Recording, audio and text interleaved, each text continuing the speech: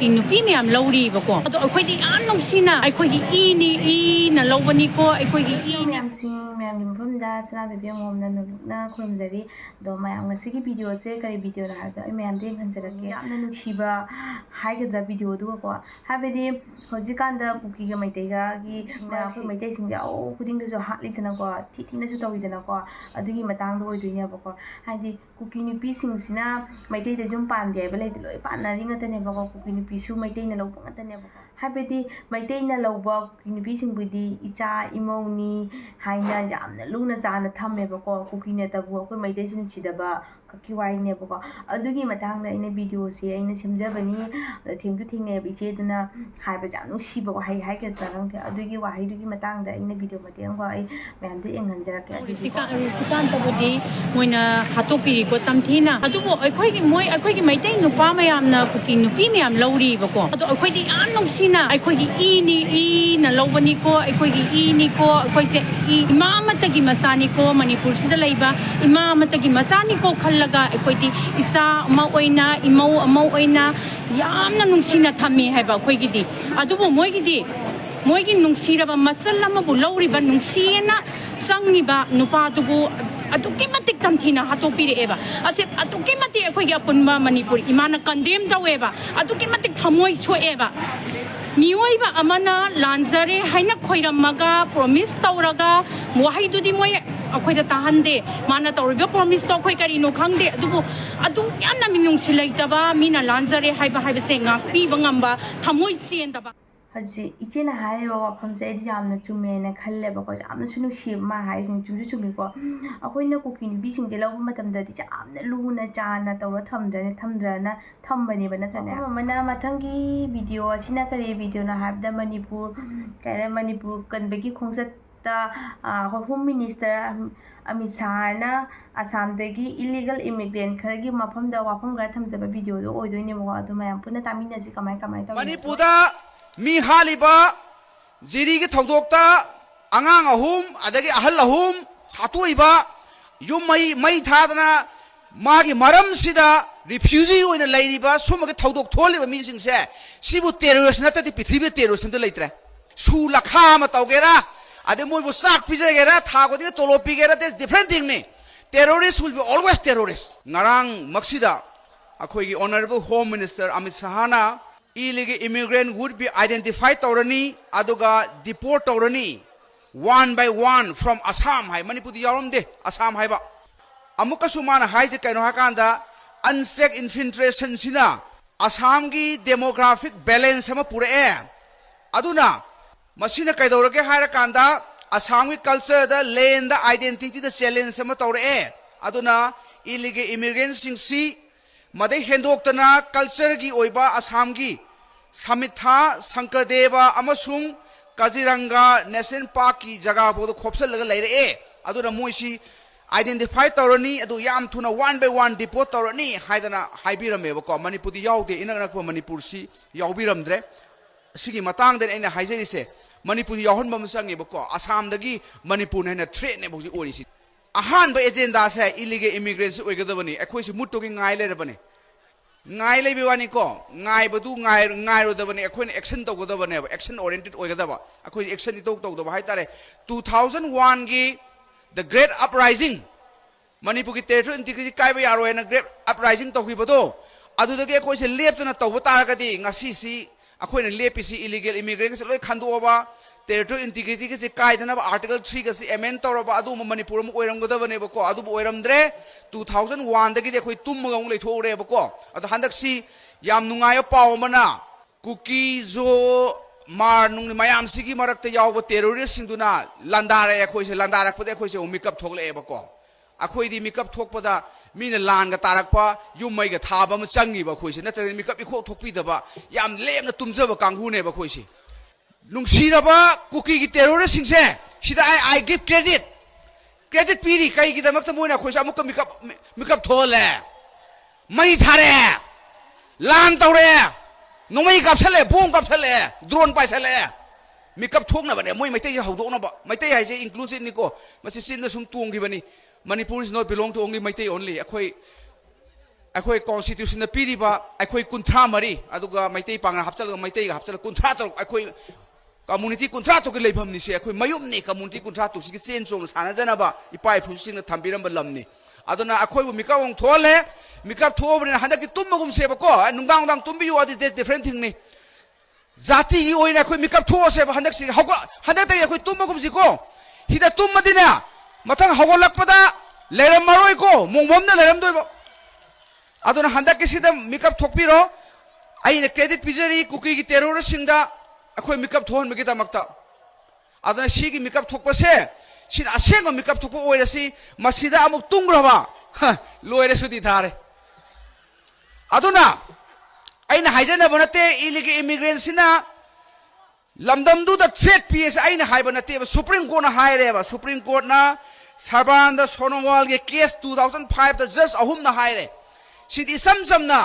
illegal immigration समसम नते बसिदी लमदमदु लान तारकपनी बो हाइने supreme court ना या फजजानी को सुप्रीम कोर्ट ना this is a kind of aggression ने लान तारकपने हाइरे अदुना आइना कोर्ट चटपिउ हाइदो कोकोमी दगाइना सुम हाइदो कोर्ट चटपिउ ओना कोर्ट चटरदी यारोय मिगिदि सरबानंद सोनोवाल नुपा पोमी असम दा हौजिकसु लैरि हिंगी he is still alive Sarbananda Sonowal case तौदना एनआरसी के तौदना असम दा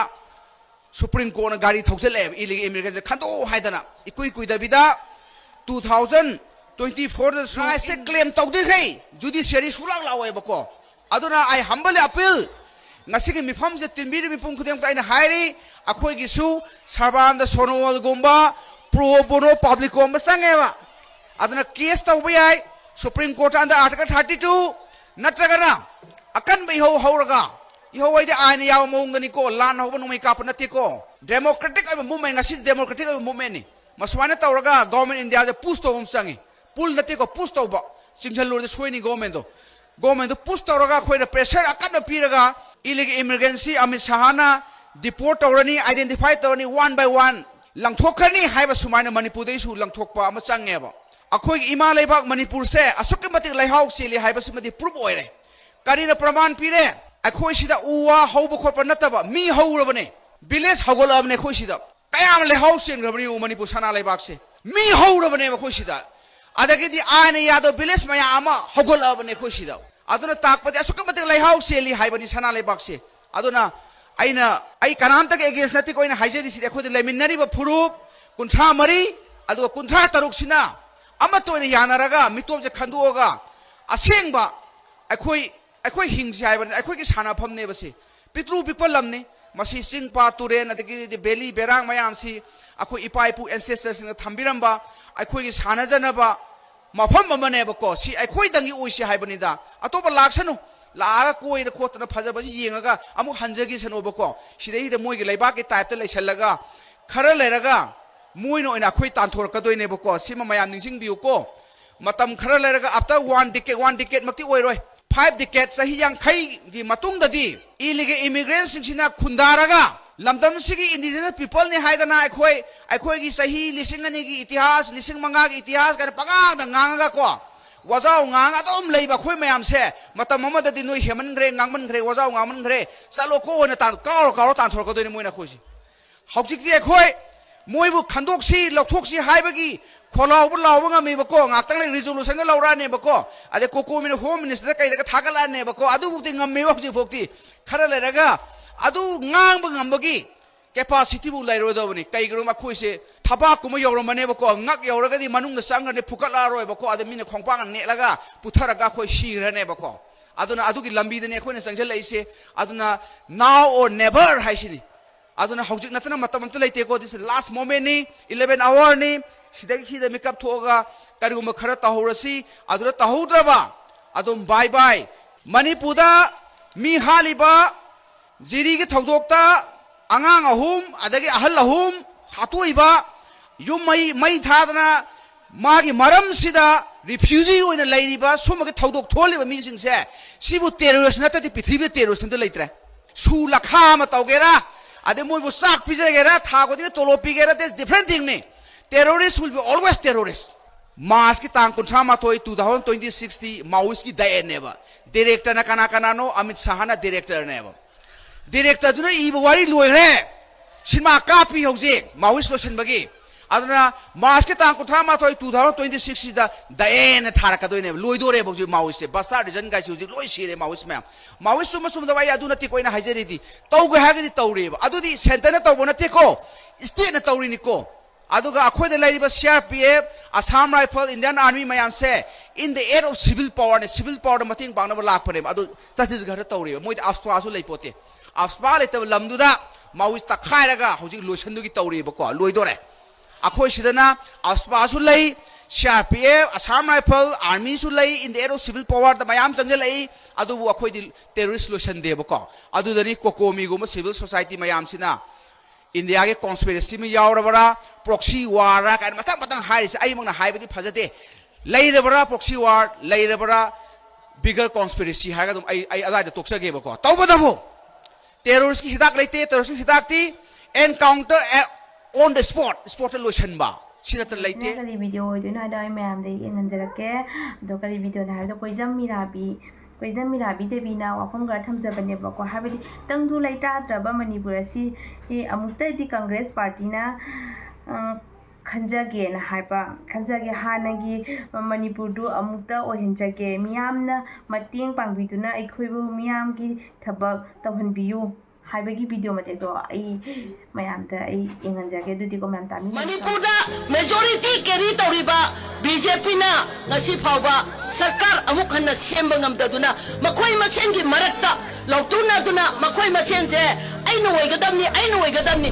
ngasi prajana wari bache kara yorabage haibase uba ngamdaba wakhanda hathaba ngamdaba khantaba ngamdana ngasi phawba popular Ministry ama makata na siyamba ngamdaba haibase laibak asigi elected member ama werubagi adugum lagi magulla do karai da lairibage ba yamna laibak team ama ngasini oirieba ngasi aikoi Congress party na adugum laba lairibak tangdu laita draba Manipur se amuk tangdi aikoi kanjage amuk tangdi aikoi laibak asigi tangdu laita draba praja sinjina ngasi tungbam jabham laifam laitabagi adungaw na saliba kaya singache amuk tangdi aikoi tungi lehoriba hanagi matawgumna amuk tangdi laibak ase tangdu laitana ingna tamna panba Manipur amuk tangdi woihannaba ngasigi protection khudingmaki prajana amuk tangdi mikap thopiro haibase ai thamjaningi ngasigi laipak kannabagi damakta khutta khulai paiba natrabachu aikoigi singlida marik ama cheli ba phawadi prajagi damakta aikoi kathok charge haiba kangluk amagi manungda Congress party su amane